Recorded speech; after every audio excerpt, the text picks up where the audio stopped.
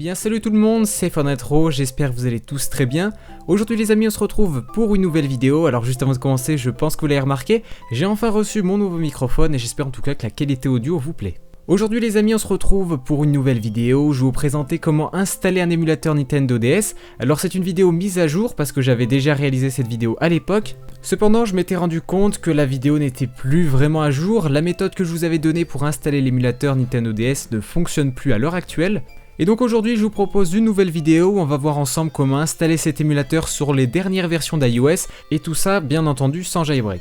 Eh bien les amis, je vous propose de commencer directement. Alors on va se rendre sur notre iPhone. Alors en l'occurrence moi je suis sous iOS 9.3.2, donc actuellement c'est la dernière version d'iOS, mais ça devrait fonctionner avec les versions un peu plus récentes qui devraient arriver, comme par exemple 9.3.3, je pense qu'il n'y aura aucun problème. Alors on va se rendre sur Safari, c'est le plus important, et on va se rendre sur le site eemulators.com. Je vous mettrai le lien dans la description de la vidéo bien entendu. Une fois le site internet chargé, voilà ce qui devrait s'afficher sur votre appareil.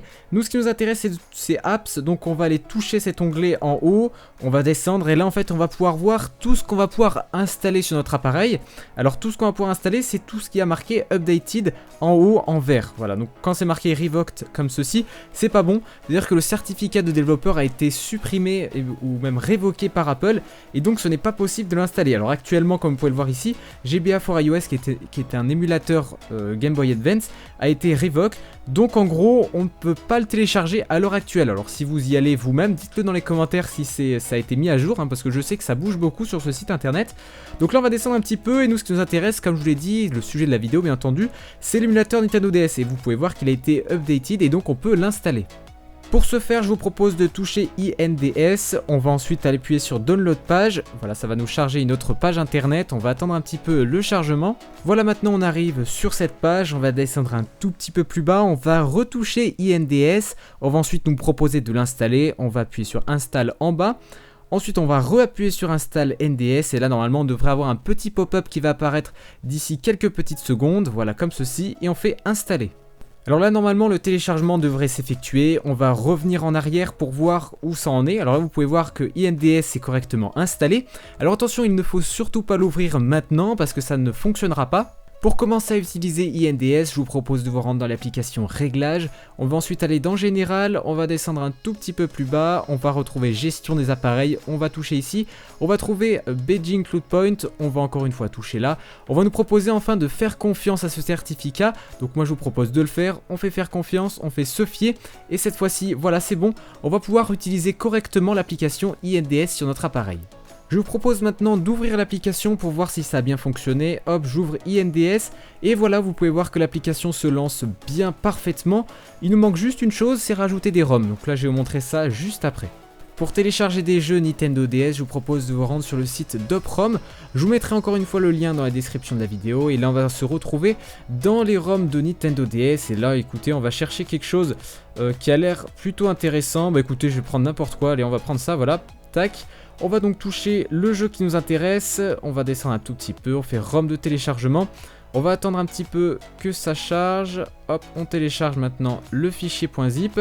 Alors à cette étape-ci, je vous propose d'attendre un petit moment. En effet, ça peut varier, ce temps peut varier en fonction de la ROM que vous allez télécharger. Mais en conséquence, ça va être assez rapide vu que le fichier fait 4,3 mégas. Une fois le téléchargement terminé, vous devrez arriver sur une page similaire à ce que j'ai.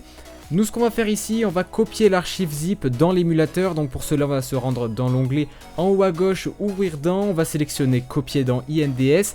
On appuie là-dessus, ça nous lance l'émulateur et normalement le jeu devrait être copié avec succès. Pour ma part, c'est le cas, je vous propose d'ailleurs de la tester. On va toucher l'icône, on va faire Launch Normally et là normalement le jeu devrait se lancer normalement.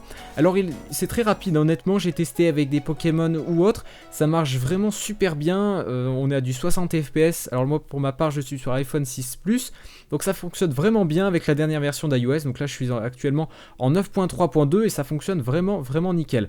Une fois en jeu, eh bien, vous pourrez interagir avec tout ce qu'il y a, c'est-à-dire les touches virtuelles comme par exemple X, Y, A, B ou bien même Select, Start. Les gâchettes également, la touche directionnelle fonctionne plutôt bien également, le tactile fonctionne.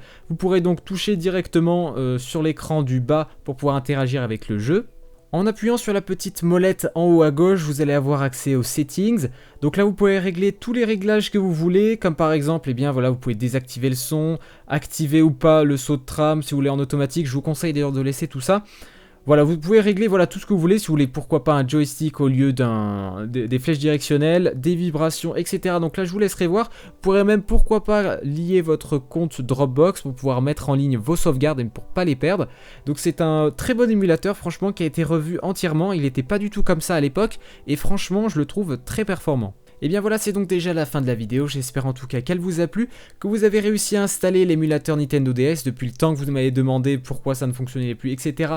Je vous ai enfin fait donc une mise à jour, normalement tout devrait fonctionner sur n'importe quel type d'appareil, qu'il soit jailbreaké ou non, avec les dernières versions également. Sur ce, c'était iPhone Retro, on se retrouve à une prochaine, allez ciao tout le monde.